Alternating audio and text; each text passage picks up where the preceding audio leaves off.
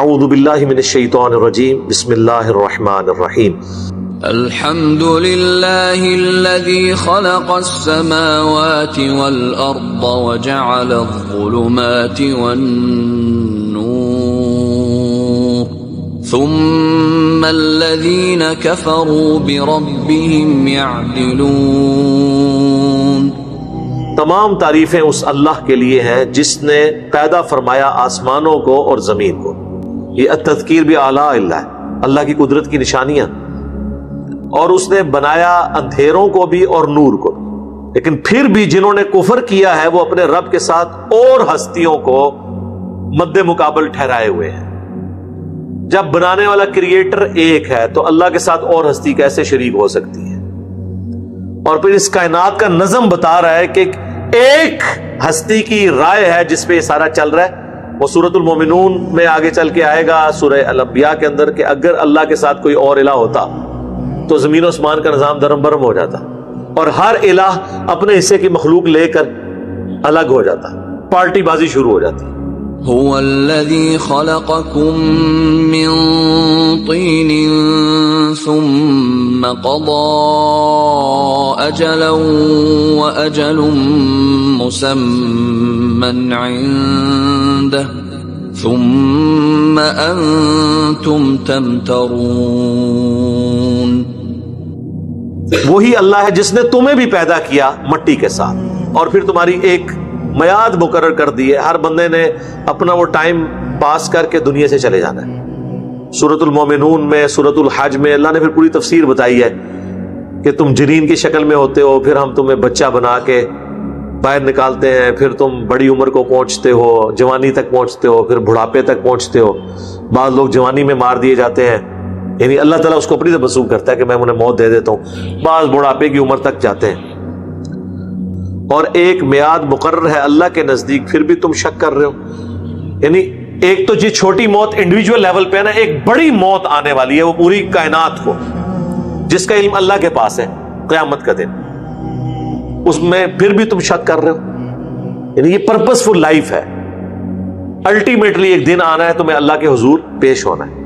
وَهُوَ اللَّهُ فِي السَّمَاوَاتِ وَفِي الْأَرْضِ يَعْلَمُ سِرَّكُمْ وَجَهْرَكُمْ وَيَعْلَمُ مَا تَكْسِبُونَ۔ اور وہی اللہ ہے آسمانوں میں بھی اور زمین میں بھی، یعنی دو خدا نہیں ہے، آسمان کی مخلوقات کا خدا بھی وہی ہے، زمین کی مخلوقات کا بھی خدا وہی ہے۔ وہ جانتا ہے جو بھید چھپے ہوئے ہیں اور جو کھلی باتیں ہیں، اور وہ بھی جانتا ہے جو کچھ تم کر رہے ہو، جو تم کما رہے ہو اپنے اعمال اچھے یا برے، وہ اس کے علم ہے۔ مراد یہ کہ اللہ کو کسی فرشتے کی حاجت نہیں، کوئی ریکارڈ کیپر رکھنے کی ضرورت نہیں ہے۔ چھپی چیزیں ہوں، ظاہر ہوں، تمہارے اعمال ہوں، سارا ڈیٹا اس کے علم میں ہے، اور کیا کامل علم ہے، کیا کامل علم ہے۔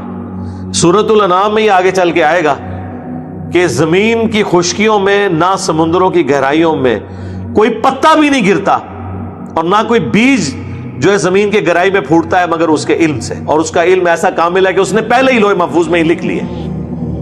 اتنا بڑا ڈیٹا کون رکھ سکتا ہے؟ یہ کسی فرشتے کی کمپیٹنسی نہیں ہو سکتی، یا تو یہ اللہ کی کمپیٹنسی ہے یا شیخ عبد القادر جیلانی کی، معاذ اللہ۔ وہ کہتے ہیں کہ اینج ویکھدے نے رائی دے دانے یار، شکر کرو گے وہ ساڈے زمانے چ نہیں نے، جس طرح ہون دیاں دی ہو رہی ہے نا، ٹھیک ہے، اگر انہوں نے یہ کچھ کیتا ہے تو انہوں نے بھی یہی کچھ ہونا سی، اگر انہوں نے کیا ہے، ہم انہیں بینیفٹ آف ڈاؤٹ دیتے ہیں۔ وَمَا تَأْتِيهِم مِّنْ آيَةٍ مِّنْ آيَاتِ رَبِّهِمْ إِلَّا كَانُوا عَنْهَا مُعْرِضِينَ۔ اور ان کے پاس نہیں آتی کوئی بھی نشانی اللہ کی نشانیوں میں سے مگر وہ اس سے منہ ہی پھیرے جاتے ہیں۔ اب پس منظر میں آلموسٹ آپ سمجھ لیں 13 سالہ مکی دور ہے، کیونکہ سورۃ الانعام مکی دور کے اینڈ پہ نازل ہوئی ہے، یعنی 2/3 قرآن نازل ہو چکا ہے۔ اس کے بعد یہ اللہ تعالیٰ کہہ رہا ہے کہ جتنی بھی آیات نازل ہوئی انہوں نے روگردانی کی، اور جینون بات ہے 13 سال تبلیغ کرنے کے بعد صرف 125 بندے مسلمان ہوئے، اور اگلے 10 سال کے اندر اللہ نے عرب میں ریولوشن برپا کر دی، اور اس کے بھی 3-4 سال کے اندر رومن اور پرشین امپائر بھی گر گئی، مسلمانوں کی تعداد ملینز میں پہنچ گئی۔ لیکن پہلے 13 سال 2/3 قرآن، یعنی قرآن کا 2/3 2/3 جو ہے وہ مکی قرآن ہے، 1/3 مدنی قرآن ہے۔ اس 1/3 کا بھی 2/3 ہم پڑھ چکے ہیں، اور پہلے 6.5 پارے جو ہیں۔ تو یہ 13 سال اتنا مکی قرآن، اس میں اتنی آخرت کی جو ہے وہ ترغیب دلائی گئی، سب کچھ کرنے کے بعد اللہ تعالیٰ فرما رہا ہے کہ جتنی بھی ہماری نشانیاں آئیں انہوں نے روح گردانی۔ فقد كذبوا بالحق لما جاءهم فسوف يأتيهم أنباء ما كانوا به يستهزئون۔ بے شک انہوں نے جھٹلایا حق کو جب کہ ان کے پاس آ گیا۔ کون؟ نبی صلی اللہ علیہ وسلم اور قرآن۔ وبالحق انزلناہ وبالحق نزل، قرآن کو ہم نے پرپسفل نازل کیا مقصد کے تحت، اور یہ حق کے ساتھ اترا۔ حق کہتے ہیں پرپسفل، با مقصد، سچی، ہر یہ ایک چیز اس ترجمے میں فال کرتی ہے۔ تو ان قریب ان کے پاس جو خبریں ہیں نا اگلے انبیاء کے بارے میں وہ آئی تھی، جس کا وہ مذاق کیا کرتے تھے، وہ آ جائے گی۔ یعنی جس طرح قرآن میں یہ دھمکیاں ہیں کہ رسولوں کا انکار کرنے پر اللہ کا عذاب آتا ہے نا، تو یہ بھی ایک رسول ہے، انہوں نے بھی دعوت کی ہے اپنی امت کے آگے، اور امت میں سے اکثریت نے قبول نہیں کی، تو ان پہ بھی وہ عذاب آنے والا ہے جو اگلی امتوں پر آیا، لیکن اس دفعہ ذرا عذاب کی شکل ڈیفرنٹ تھی۔ اگلے انبیاء کی امتوں کو اللہ تعالیٰ نے ہلاک کیا معجزات غیبی طور پر، چنگھاڑ کے ذریعے، سمندر میں ڈبو کے، پتھروں کی بارش کر کے، زمین شک ہو گئی اس کے اندر دفن ہو گئے، یہ مختلف عذاب کی شکلیں آئیں۔ نبی صلی اللہ علیہ وآلہ وسلم کے کیس میں عذاب کی شکل ڈیفرنٹ ہے، وہ ہے قتال۔ وہ سورہ توبہ میں آیا کہ اللہ تعالیٰ اے مسلمانوں تمہارے ہاتھوں سے انہیں عذاب دے گا۔ ہمارے نبی علیہ السلام کی 2 خصوصیات ہیں جو باقی انبیاء سے ممتاز ہیں۔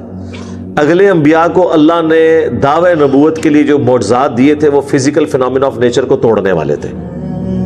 حضرت عیسیٰ موسیٰ علیہ السلام کے معجزات، عیسیٰ علیہ السلام مردوں کو زندہ کر دیتے، اندھوں کو شفا دے دیتے اللہ کے اذن سے، موسیٰ علیہ السلام لاٹھی پھینکتے اژدہا بن جاتا۔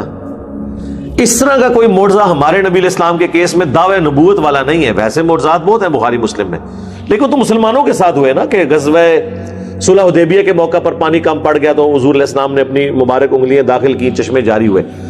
یہ آپ نے کر کے کافروں کو تو نہیں کہا کہ دیکھو میرے ہاتھوں سے چشمے جاری ہو رہے ہیں تو ایمان لاؤ مجھ پہ۔ الٹا کافروں نے جو معجزات ڈیمانڈ کیے وہ سورہ بنی اسرائیل میں 9 معجزات ہیں۔ اس کے لیے ایک باغ ہو جس میں نہریں رواں ہو جائیں، یہ ہمارے سامنے آسمان پہ چڑھے، اور اس کے چڑھنے کو بھی نہیں مانیں گے، ہمارے سامنے اوپر سے کتاب لے کے ایسے اترے اور اسے ہم چھوئیں اپنے ہاتھوں سے، پھر ہم مان لیں گے تم اللہ کے رسول ہو۔ 9 معجزات ہیں۔ اس کے اینڈ پہ اللہ نے فرمایا تم فرماؤ میں تو بشر ہوں، رسول ہوں، معجزات اللہ کے پاس ہے۔ نبی علیہ السلام کا دعوت نبوت والا معجزہ اس طرح کا نہیں تھا جس طرح اگلے انبیاء کے تھے۔ آپ کا دعوت والا معجزہ قرآن ہے، چونکہ آپ کی نبوت قیامت تک کے لیے تھی، اس لیے آپ کو معجزہ بھی ایسا ہونا چاہیے تھا جو قیامت تک کے لیے ہوتا۔ ورنہ حضور اگر فزیکلی کو معجزہ کر کے دکھائیں تو آج اگر ہم کہیں گے ہمارے نبی علیہ السلام نے مردوں کو زندہ کیا تو کافر کہیں گے دکھاؤ ویڈیو، دکھا سکتے ہیں؟ تو نبوت تو قیامت تک کے لیے۔ جب ہم یہ کلیم کرتے ہیں ہمارے نبی کا معجزہ قرآن ہے، اور یہ سورۃ العنکبوت میں آیات موجود ہیں کہ یہ معجزہ ہے، نبی تم سے مانگتے ہیں کہ تم پہ کوئی معجزہ نازل نہیں ہوا تو فرماؤ کہ کیا تمہارے لیے کافی نہیں ہے کہ یہ قرآن کی آیات تم پہ صبح و شام تلاوت کی جاتی ہیں؟ اس نبی کا معجزہ یہ قرآن ہے۔ اس صورت کا بھی مرکزی ٹاپک بار بار یہی ہے کہ کافر اعتراض کریں گے اس نبی کو معجزہ کیوں نہیں دیا گیا، اور عام لوگ جب پڑھتے ہیں وہ کہتے ہیں ہمارے نبی کو تو اتنے معجزے دیے گئے تھے، تو یہ کافر کیوں پھر پوچھتے ہیں؟ وہ دعوے نبوت والا معجزہ پوچھتے تھے، وہ واقعی کوئی نہیں دیا گیا۔ حتیٰ کہ کافروں نے یہاں تک ڈیمانڈ کی کہ تم ہمیں خود ہی بتاتے ہو، موسیٰ علیہ السلام کے دین کو تم آگے لے کے چل رہے ہو، عیسیٰ علیہ السلام کے تو ان کے زمانے میں تو آسمان سے ایک غیبی آگ آتی تھی اور قربانی کو اٹھا کے کھا جاتی تھی، تم بھی یہ معجزہ کر کے دکھاؤ، مردوں کو زندہ کر کے بتاؤ۔ سورۃ الانبیاء کے سٹارٹ میں تو اللہ نے سب کیا اگلے لوگ ایمان لے آئے تھے؟ نبی کا معجزہ قرآن ہے، انا نحن نزلنا الذکر وانا لہ لحافظون، اور یہی وجہ ہے کہ قرآن محفوظ ہے۔ باقی انبیاء کی کتابیں اس لیے محفوظ نہیں، وہ بھی اللہ کر سکتا تھا، اس لیے کہ وہ قیامت تک کے لیے پیغمبر نہیں تھے، اور نہ وہ معجزہ قیامت تک کے لیے تھا، یہ معجزہ قیامت تک کے لیے اللہ نے اسے محفوظ کر دیا۔ أَلَمْ يَرَوْا كَمْ أَهْلَكْنَا مِنْ قَبْلِهِمْ مِنْ قَرْنٍ مَكَّنَّاهُمْ فِي الْأَرْضِ مَا لَمْ نُمَكِّنْ لَكُمْ وَأَرْسَلْنَا السَّمَاءَ عَلَيْهِمْ مِدْرَارًا وَجَعَلْنَا الْأَنْهَارَ تَجْرِي مِنْ تَحْتِهِمْ فَأَهْلَكْنَاهُمْ بِذُنُوبِهِمْ وَأَنشَأْنَا مِنْ بَعْدِهِمْ قَرْنًا آخَرِينَ۔ کیا انہوں نے نہیں دیکھا کہ ہم نے پہلے بھی کتنی قومیں ان سے پہلے ہلاک کر دی، جن کو ہم نے زمین میں ایسا تسلط دیا تھا جو تمہیں نہیں دیا؟ یعنی تسی تو شاہی کوئی نہیں، قوم عاد اور سمود اتنے بڑے بڑے جسوں والے پہاڑوں کو کاٹ کے اس میں مکان بنانے والے لوگ، اللہ نے ان کو تباہ و برباد کر دیا تھا، تو تم کیا چیز ہو؟ ہم نے ان پر موسلا دھار بادل برسانے والے بھیجے اور ان کے نیچے نہریں بہا دی تھی، یعنی اللہ تعالیٰ نے ان کی اکانومی اتنی ان کو مضبوط دی ہوئی تھی، لیکن الٹیمیٹلی ان کو اللہ نے گناہوں کے سبب ہلاک کر دیا۔ اتنی نعمتیں اللہ نے ان کو دی ہوئی تھی، بارشیں ہوتی تھی اس وقت، تو سارا کچھ یہی تھا نا، فصل کے ذریعے، باغات کے ذریعے، کھیتیوں کے ذریعے لوگ اپنا گزر بسر کرتے تھے، سادہ زندگی تھی۔ تو ہم نے انہیں ان کے گناہوں کے سبب ہلاک کر دیا، اور پھر ہم نے ان کے مرنے کے بعد اور قومیں پیدا کر دی۔ اللہ کے لیے کوئی مسئلہ ہے؟ اللہ نے تو اس کو اس طرح کہا جی یہ ختم، جیسے وہ سافٹ ویئر ان انسٹال یا یہ فائل ڈیلیٹ، نئی فائل بناؤ جی۔ اللہ تو پھر یہی ہے نا، کریٹر ہے نا جی۔ اللہ کہتا ہے ہم نے ختم کر دی، نہیں اٹھا دی۔ وہ تو آگے پھر تفصیلات اگلی صورت میں آئے گی، یہاں تو اللہ اجمالاً بیان کر رہا ہے نا، اس کا جوڑا ہے سورۃ الراف، وہاں پھر اللہ تعالیٰ بتائے گا قوم نوح کے ہلاک ہونے کے بعد، پھر جب ان میں مشرکانہ اوہام آئے تو پھر اللہ تعالیٰ نے حضرت ہود کو بھیجا اور قوم عاد کی طرف، پھر وہ ہلاک کیے گئے، ان کی بھی جو آگے اہل ایمان کی نسل چلی ان میں پھر جب شرکیہ عقائد ہے، پھر اللہ تعالیٰ نے ان میں حضرت صالح کو بھیجا قوم سمود کی طرف۔ اس طرح نسل در نسل انبیاء آتے رہے پے در پے۔ تو اللہ تعالیٰ ہمارا ہم نے کئی قومیں ہلاک کر دی اور کئی اور پھر قومیں پیدا کر دی۔ وَلَوْ نَزَّلْنَا عَلَيْكَ كِتَابًا فِي قِرْطَاسٍ فَلَمَسُوهُ بِأَيْدِيهِمْ لَقَالَ الَّذِينَ كَفَرُوا إِنْ هَذَا إِلَّا سِحْرٌ مُبِينٌ۔ اے نبی، اگر ہم آپ پر کوئی کتاب نازل کر دیتے کاغذ پہ لکھی ہوئی، ان کی ڈیمانڈ ہے کہ جی موسیٰ علیہ السلام کو تو تختیوں پہ تورات دی گئی تھی، تو تم اگر پیغمبر ہونے کا دعویٰ کر رہے ہو تو کسی کاغذ پہ، کسی تختی پہ کوئی اللہ کی ہینڈ رائٹنگ میں ہمیں دکھاؤ قرآن نازل ہوا ہوا۔ ٹھیک ہے، آرٹس اور سائنس اگر اتنی ترقی اس زمانے میں ہوتی تو ہم آپ کو ہر جگہ اللہ کی ہینڈ رائٹنگ دکھاتے۔ دیکھیں نا جو سائنٹیفک فیکٹس پتہ چلے ہیں، structure of D N A, genes, mathematics کو سائنٹسٹ کہتے ہیں نا یہ اللہ کی ہینڈ رائٹنگ ہے، ہر چیز نپی تلی ہے۔ تو سائنٹسٹ نے تو ہمیں ہینڈ رائٹنگ آف گاڈ دکھا بھی دی ہے، ہر چیز کو اللہ تعالیٰ نے ایک، یعنی آپ فائن ٹیوننگز دیکھیں، زمین کا سورج سے فاصلہ، پھر زمین پہ آکسیجن، ہائیڈروجن، نائٹروجن تھوڑی سی کم زیادہ ہو جائے سب مر جائیں، سورج کا فاصلہ تھوڑا زیادہ ہو جائے کم ہو جائے، سردی اور گرمی سے لوگ مر جائیں، یہ ساری ہینڈ رائٹنگ آف گاڈ ہے۔ تو اگر ہم کوئی آسمان سے کاغذ نازل کر دیتے جس پہ کتاب لکھی ہوئی ہوتی اور یہ اپنے ہاتھوں سے اسے چھو بھی لیتے، پھر بھی جنہوں نے بات نہیں ماننی تھی انہوں نے کہنا تھا کہ یہ جادو ہوا ہے ہمارے پر، یہ ہے نہیں ہے۔ وَقَالُوا لَوْلَا أُنزِلَ عَلَيْهِ مَلَكٌ وَلَوْ أَنزَلْنَا مَلَكًا لَقُضِيَ الْأَمْرُ ثُمَّ لَا يُنظَرُونَ۔ اور ایک اور اعتراض کرتے ہیں کہ اس نبی پہ کوئی فرشتہ ہمارے سامنے کیوں نہیں نازل ہوا؟ اب یہ منہ مانگے معجزات، اپنی ڈیمانڈز نازل ہو جائے، اگے پھر کٹو کے کرنا جو دے جو۔ یہاں بھی آگے لوگ کہتے ہیں نا جی ہم مان نہیں سکتے جی چشتی رسول اللہ لکھا ہو، ہم انہیں کہتے ہیں جی اگر نکلا ہے پھر کیا ہوئے گا؟ یاد ہے دسو نا کہ جا کے پھر کوئی کسی بابے دی قبر پٹ دو گے یا کوئی کسی مکتبے نو آگ لا دو گے یا اپنا فرقہ ہی کم از کم چھڈ دیو. وہ دو کام جڑے پہلے دسے ہوتے غلط نے, فرقہ تے چھڈو. نہیں پھر ہم علماء سے پوچھیں گے, پھر قیامت تک واپس ہی نہیں آتے. تو پھر کیا دکھا کے کرنا ہے؟ یا تو ایمانداری سے کہو کہ ہاں بھائی بچپن سے ہم اشرف علی رسول اللہ کو غلط کہہ رہے ہیں, آج چشتی رسول اللہ بھی نکلا نا تو انشاءاللہ آپ دیکھیں گے کہ ہم حق قبول کریں گے, پھر تو ٹھیک ہے. اور جو یہ کرتے ہیں آپ دیکھتے ہیں ان کو ہدایت مل بھی جاتی ہے. اور جو آئیں شائیں کرتے ہیں اور آپ جو مرضی کریں, پورا قرآن ان سے گزار دیں, ان کو ہدایت نہیں ملنی. وہ پیغمبر موجود ہے تو اللہ تعالیٰ فرما رہا ہے کہ یہ ڈیمانڈ کر رہے ہیں نہیں فرشتہ, اگر ہم فرشتہ نازل جب کر دیں گے نا تو پھر تو تمہارا فیصلہ, یعنی فرشتہ پھر عذاب ہی لے کے آئے گا, پھر مہلت نہیں دی جائے گی. اب یہ ویسے جواب تو بہت سخت ہے, آپ کی اخلاقی لینگویج میں یہ جواب تو نہیں ہونا چاہیے. انہوں نے فرشتہ ڈیمانڈ کیا تو کہا جائے کہ نہیں میں فرشتہ ڈیمانڈ نہیں ہوگا, قرآن پہ ایمان لے کے آؤ. لیکن اس کے بیک گراؤنڈ پہ 13 سالہ مکی قرآن ہے جدھر سمجھایا گیا ہے کہ بندے دے پتر بن جاؤ. اینڈ پہ اللہ نے پھر غصہ کہا کہ اچھا ٹھیک ہے فرشتہ چاہیے, پھر عذاب ہی لے کے آئے گا. جی اگر یہ جواب پہلے دن ہوتا نا تو آپ کہہ سکتے تھے الٹا جواب ہے. یہ طریقہ ہے سمجھانے کا. وَلَوْ جَعَلْنَاهُ مَلَكًا لَجَعَلْنَاهُ رَجُلًا وَلَلَبَسْنَا عَلَيْهِمْ مَا يَلْبِسُونَ. اور اگر ہم کو فرشتہ نازل کرتے وہ بھی کسی مرد کی شکل میں ہی اتارنا تھا نا, پھر انہوں نے اسی شک میں پڑ جانا تھا جس میں آپ پڑے ہوئے ہیں. پھر انہوں نے کہنا تھا اے فرشتہ ہے نہیں ہے, اے بندہ ہی ہے, اے ویسے دھوکھا دیتا جا رہا ہے سانو. آٹا گوندیا ہلدی کیوں ہے؟ ہر بات کا کوئی نہ کوئی جواب دیا جا سکتا ہے. ہاں سورہ بنی اسرائیل میں اللہ تعالیٰ نے, وہ چونکہ اس سے پہلے کیا, اس میں اللہ نے فرمایا کہ اگر زمین پہ فرشتے آباد ہوتے تو ہم فرشتوں میں پیغمبر بناتے. یہ تو تمہاری ڈیمانڈ ہی غلط ہے.